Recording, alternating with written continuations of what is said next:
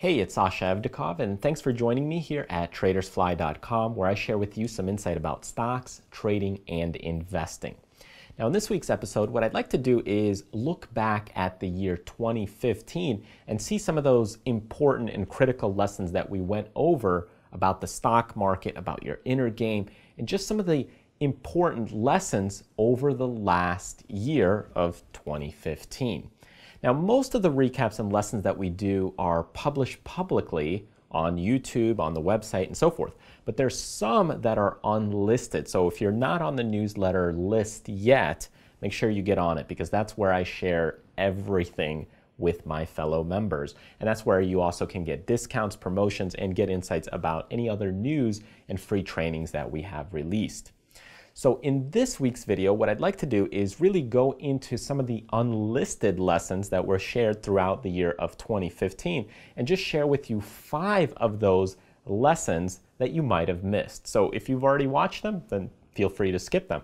But if you didn't get the newsletter list, or you joined maybe midway in 2015 and you'd like to just get a refresher, then go ahead and let's go into some of these recaps and lessons that we went through in 2015. Now, one thing to keep in mind as we go through this list, that this list is in no particular order. So just because I mentioned one recap as number 1, that doesn't mean that it's the most important recap or lesson to review or watch. Instead, look at it in terms of your own personal trading. What is it that you're lacking? What is it that you can benefit from? So go back, rewatch those lessons that you feel could be beneficial to you. So the first recap, or the first lesson that you might have missed, was called catching the bottom of a stock. Now, in this lesson, what we really focused on was looking for bottoms of stocks, or how to really pick a bottom of a stock. Or if you're looking to bottom fish in a stock, that's really what you're going to get out of this lesson. Now, normally I don't encourage bottom fishing because it's kind of like trying to catch that falling knife. You potentially will get cut. So instead, when looking for the bottom, in this lesson, what we target is how to find the bottom when that stock is bouncing, and that's when you're looking for a value deal, or a stock that might have been selling off for a great deal of time, and you're trying to catch that lower end of that stock. Then in here, I share with you some mindsets about purchasing these stocks at a lower price and how to spot those bottoms. The second lesson you might have missed is called getting comfortable with losses, or losing. Now, a lot of this has to do with just getting comfortable with your own emotional value and where you are emotionally, and tying it to money. Most people are not comfortable and have high degrees of emotions when they deal with money, whether that's a high degree of having very positive, ecstatic emotions. When you get a paycheck, you feel really good, really proud, really happy, or you feel really bad when you lose money or make a bad investment or a bad purchase, or something doesn't work out in the right way that you expect it to in terms of financially.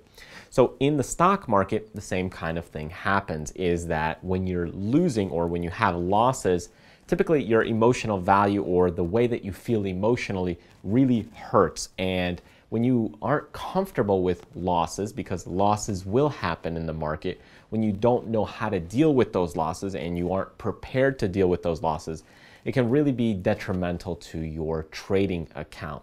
So in that lesson, what we cover is really just a couple of exercises or things, or just discussions about getting comfortable with losing, and just getting comfortable with the fact of money losses. So go ahead, take a look at that lesson and recap if you missed it this year, because it's a really good one in terms of emotions. Lesson number 3 that you might have missed this year was called the safety triangle lesson. And in this lesson, we honed in and focused on the safety triangle and how that applies to trading. Now, the safety triangle, if you don't know what it is it's really more like a pyramid, and it breaks things down in terms of safety levels in corporations or companies. So giving you a short overview, if you have, let's say, 10,000 people that walk through the door, 10,000 of those may be fine. Then you may have 2,000 of those people that may see the banana and could slip on that banana. 1,000 of those may actually slip and hurt their knee, and maybe 1 or 2 of those people may slip their knee and break their knee or break their arm as they fall down.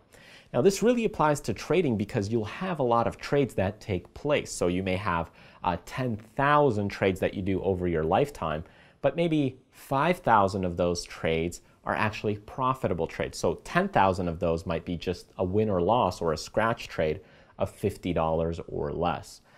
5,000 of those trades might be actually a winner over $1,000. Maybe 1,000 of those trades may be a $5,000 profit or $10,000 profit, and maybe 5 or 10 of those trades might be super home runs. So in this lesson or recap, what we really hone in and focus on is looking at the consistency, looking at the core or the meat of where you should be hitting and looking to execute your trade profits, because you're going to do a lot of trades throughout your career. You're going to do a lot of transactions, and rather than shooting for those home runs or shooting for those shooting stars that may happen once in a lifetime, if you can get that consistency down and focus in on the core, the meat, the more important things, that way you can be more consistent, it'll work out a lot better. So we hone in, focus on this lesson, talk about the safety triangle and how that applies to trading. So if you missed that lesson, go ahead, click this thumbnail, and you can go and watch that lesson. Or of course, you can search for it on our website at TRADERSFLY.com. Lesson number 4 that you might have missed was all about trading penny stocks or insights about trading penny stocks. Now, I don't focus a lot of my training or education material or even trading on penny stocks, and there's a lot of reasons behind that, but I go into some detail about that in that lesson. So if you missed that lesson, you can click this thumbnail, go to that lesson, and watch some insights about penny stocks, what you need to watch when you're trading penny stocks, how to get into those penny stocks, and what kind of makes a better penny stock trade.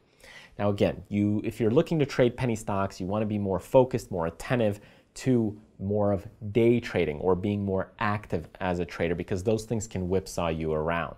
But if you want to get those insights, go ahead, watch the recap. I go in detail about trading penny stocks. It'll give you some insights and some lessons about trading those smaller priced companies. Now, the final and 5th lesson that I want to share with you today that you probably missed in 2015 is called monkeys and apples. Now, in this recap and this lesson, what we do is go in detail about the psychology of taking profits, the psychology of emotions of creating and making money in the stock market, and not also losing those profits. So as an example, why this lesson is called Monkey and Apples is it's really honed in and focused on that psychology and emotional behavior that we humans go through in the markets. So typically what happens is if you give a monkey an apple, it's really happy. It enjoys that physical connection of that apple. It gets to eat the apple and it's excited. Now, on the other hand, if you give a monkey 2 apples and then you take one away, all of a sudden the emotions and behavior is completely different.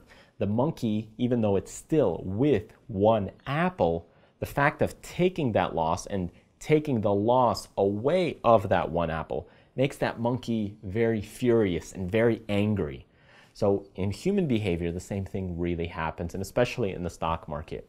When you have a profitable trade and you had a profitable trade and then later you lose on that trade, emotions start running wild and you start getting frustrated. So in this lesson, what we really hone in and focus on is about taking profits. It's about being more comfortable with your emotions and getting profits out of those markets and being content with those profits. So go ahead, watch that lesson so that way you get some more insight about that. But it's more about human behavior, psychology, and how chimps, apes, they really do apply to our behavior as well as humans.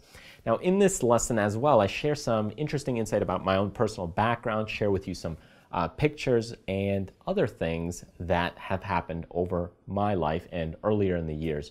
So if you want to get some more insight about my own past life, how I got to where I got, then go ahead and watch that lesson and recap. Thanks for watching me in this week's video. If you missed any of those lessons or recaps, then you can always find them on our website or just click the corresponding thumbnails. Remember, there's many more lessons on our website than there is on YouTube. A lot of those lessons are private or unlisted. So if you missed any of these lessons or you didn't watch any of them, then click the corresponding thumbnails or definitely make sure to get on that newsletter list so that way in the future You get notified when new lessons are released, when new trainings are released, as well as getting some discounts on products and promotions. Thanks for joining me, and remember to do what you love, contribute to others, but most importantly, live life abundantly. I'll see you next time.